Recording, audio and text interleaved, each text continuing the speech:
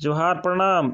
कैसे हैं आप सब? मैं बोल रहा हूं झारखंड राज्य के जिला गढ़ा पलामू के धरती से।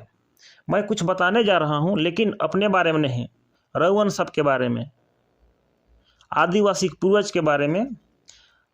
पलामू परमंडल के धरती पुत्र कहे जाने वाले नीलांबर सिंह, पीताम्बर सिंह, जेठन सिंह, फेतल सिंह के बारे में आज जानेंगे। फेतल सिंह के बारे में मैंने कुछ लोगों से यानी आज की युवा पीढ़ी से बात किया, लेकिन आज की युवा पीढ़ी को फेतल सिंह के बारे में बहुत कम जानकारी है।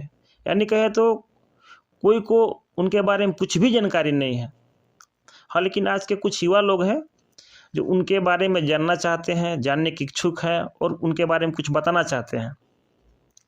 साथ में मैंने बाहर के कुछ विशेष व्यक्तियों से बात की और उन्होंने उनके बारे में बताने के लिए राजी हुए और हम भी सुनने के लिए राजी हुए। उन्होंने उनके जीवन के संघर्ष की सार ऐसी बताई, हमें भी लगा कि उनके जीवन के बारे में हमें सुनना चाहिए और अपने आवाज़ में, अपने शब्द में, टूटी फूटी भाषा में लोगों को बताना चाहिए, ताकि लोग भी जाने कि हमारे उस समय के योद्धा फेतल सिंह कैसे थे, वो अपना जीवन कैसे जीते थे और साथ में लोगों को साथ कैसे चलते थे, कैसे रहते थे। तो मैंने सोचा कि उनके बारे में कुछ लोगों के बीच बताना चाहिए,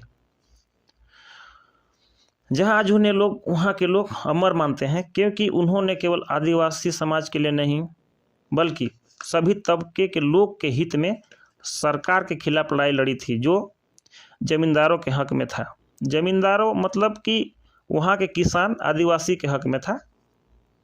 आइए बात करते हैं। यह बात 1950 ईस्वी की है, जब जातिवाद, नस्लवाद,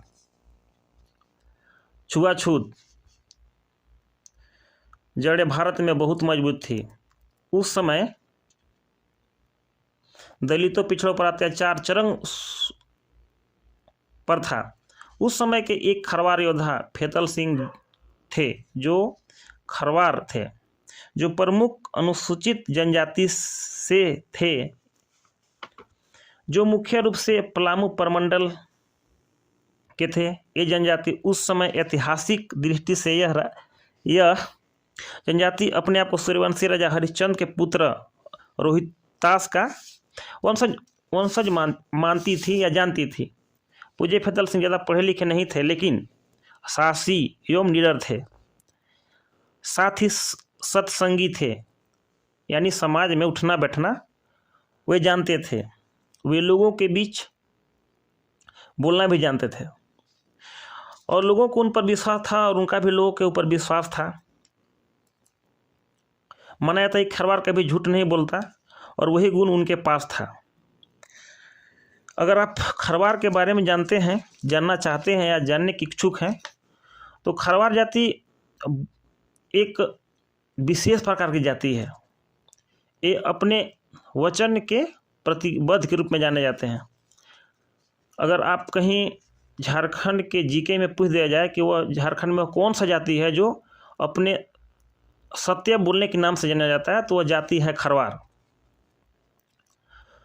तो फेतल सिंह को जो गुण था वही गुण था, वे झूठ नहीं बोलते थे और वे किसी से ज़्यादा बैर नहीं रखते थे। हाँ, लेकिन वे अन्याय के खिलाफ थे और यही बात आगे जाकर सत्य हुई।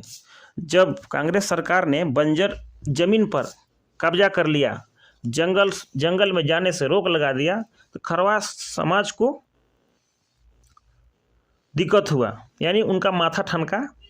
उन्हें चिंता होने लगा कि वे अपने जीवन जीने के लिए आवश्यक वस्तु जैसे लकड़ी, फल, फूल, साग कहाँ से लाएंगे। मैंने उनका जीवन संकट में ज़्यादा दिख रहा था।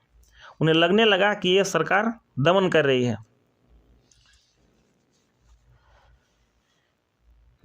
है, भूमि पर कृषि कार्य संपादित करने की पाबंदी लगा दी गई, जो पहले जनजातीय परंपरागत अधिकार के क्षेत्र में अंतर्गत आता था। स्वतंत्रता का अर्थ सभी बंधनों तथा कर देने से, दायित्वों से मुक्ति का जनजातीय सपना पूरा नहीं हो सका। इसे खरवार ने भी अपने आप को ठगा सा महसूस किया।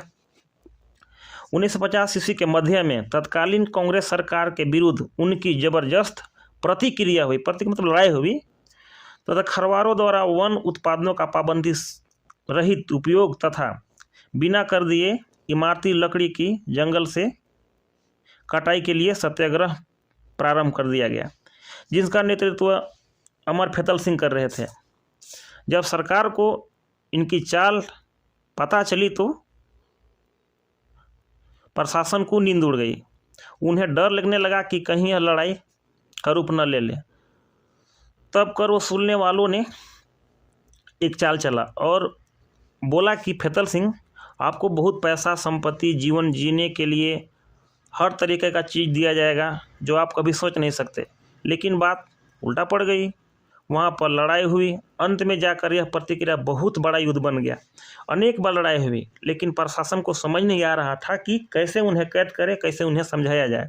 अंत में एक समय आया कि फैतल सिंह ने अपने गांव में, कहा जाता है कि 52 डेग की रेखा खींच देगी। मैं 52 डेग की रेखा मैं आपको कैसे समझाऊं? अगर आप रामायण देखे होंगे तो एक तरह का रेखा, जिसको लकीर बोलते हैं, उस तरह रेखा खींच दी 52 डेग के अंतर्गत। और उन्होंने खुला चैलेंज कर दिया कि इस रेखा के अंतर्गत यानी दायरे में जो भी आएगा उसे युद्ध करना पड़ेगा।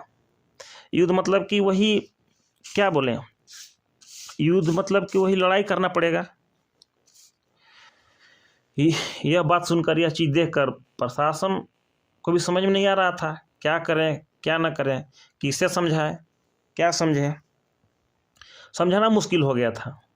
एक तरफ ग्रामीण भाला, गड़ासा, तलवार, ढकवास लेकर खड़े थे, दूसरी तरफ पुलिस बंदूक बारूद लेकर खड़ी थी।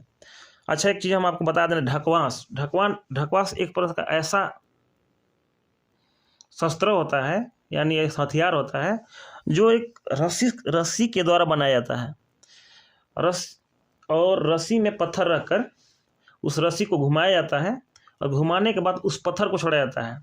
और सच बोले दोस्त तो ये रस्सी से निकला हुआ पत्थर गोली से कम नहीं होता है। मतलब इससे लग जाने के बाद मतलब कि राम नाम सत्य ही समझिए। तो ये सब इस तरह का हथियार यूज होता था। अंत में पुलिस ने भीड़ को भागने के लिए बोला, लेकिन भीड़ तब से मस नहीं हुई। अंत में युद्ध हुआ, पुलिस भी जख्मी हुई, जनजाति भी जख्मी हुई।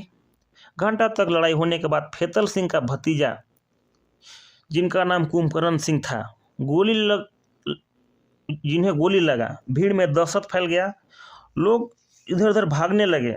कुंभकर्ण सिंह यानी कुंभी सिंह, यानी कुंभी सिंह ही बोलते थे, मौत हो गई। यह देखकर लोग भी थोड़ा डर सा आ गया। जिनका नेतृत्व खुद फैतल सिंह कर रहे थे, भतीजा के मौत के बाद वहाँ से वे घर आ गए। लोग कहते हैं कि छुप गए, वे डरपोक थे, लेकिन वे भतीजा का सदमा सहा नहीं गया। और अंत में उन्होंने घर पे जाकर बैठकर पुलिस ने जाकर उन्हें गिरफ्तार कर लिया। साथ में उनका सलाहकार दोस्त महादेव सिंह और एक अन्य आक्रमणकारी ठाकुर सिंह को भी गिरफ्तार कर लिया गया। कुछ दिन के बाद जेल से बाहर आने के बाद उनकी मृत्यु हो गई। उनकी मृत्यु के शुभ अवसर पर आज बाहारा के पावन धरती पर, पवित्र धरती पर, हर एक वर्ष 31 दिसंबर को बड़े धूमधाम से उनकी याद में एक पर्व मनाया जाता है, जिस पर्व को फैतल दिवस का नाम दिया गया है। इस पर्व को मनाने के लिए आसपास के जनजाति लोग आते हैं और एक साथ मिलकर इस पर्व को मनाते हैं, एंजॉय करते हैं और उनकी जीवन गाथा को गाते हैं। अमर फैतल सिंह के जीवनी के बारे में लोग बताते हैं, पढ़े लिखे तो नहीं थे, लेकिन उन्हें समाज के प्रति अच्छाई बुराई का बहुत फर्क था। उन्होंने कभी किसी का धन संपत्ति या अपने बलपूर्वक नहीं छीना। वे हमेशा लोगों को सहायता करते रहे। वे लोगों के साथ उठते बैठते थे, सत्संगी थे, ऐसा कहा जाता है। पढ़े लिखे ज़्यादा नहीं थे, लेकिन वे पढ़े लिखे से ज़्यादा समझदार थे। तो दोस्त, कहानी तो बहुत लंबा हो रहा है, ज़्यादा नहीं बता पाएंगे, क्या है कि कहानी लंबे होने के कारण आप लोग भी सुनने का जो क्या बोलते हैं इच्छा होता है थोड़ा सा कम हो जाता है। तो मैं अंत में यही कहना चाहूँगा कि जो मैंने कहानी कहा अगर उसमें कुछ त्रुटि हो गई होगी तो माफ़ करें और हमें बताएं कमेंट करके कि यहाँ जो आप बोले हैं गलत था। और ये कहानी मैंने अपने आप से नहीं कही है, मैंने इस कहानी को बहुत लोगों से पूछा और लोगों से जानकारी ली। इसके बाद मैंने सोचा कि थोड़ा सा इनके बारे में जानना चाहिए। तो हम आज के युवा खरवार समाज चाहे जनजातीय समाज से कहना चाहते हैं कि छोटे छोटे परेशानियों से हमें नहीं घबराना चाहिए। और आए तो हमारे पास बहुत सारे पढ़ने लिखने का साधन है, कानून जानने के लिए साधन है और लोगों के पास समय है एक दूसरे का भाव विचार जानने के लिए।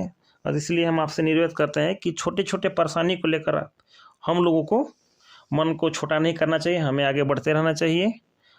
मैं इतना ही कहकर अपनी कहानी को अंत करता हूँ। हाँ, लेकिन अंत में कहना चाहता हूँ कि मेरा वीडियो को थोड़ा लाइक कर दीजिए, चैनल को सब्सक्राइब कर दीजिए और हो सके तो आप लोग को अच्छा लगे तो वीडियो को शेयर कर दीजिए। अगर आप चाहें तो महादेव सिंह और आक्रमणकारी ठाकुर सिंह के बारे में भी मैं कहानी सुनाऊंगा।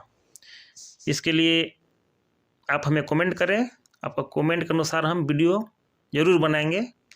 तो अंत में जोहार, प्रणाम, जय झारखंड, जय आदिवासी, धरती पुत्र नीलांबर सिंह पीताम्बर अमर रहे, जेठन सिंह अमर रहे, फेतल सिंह अमर रहे। जोहार।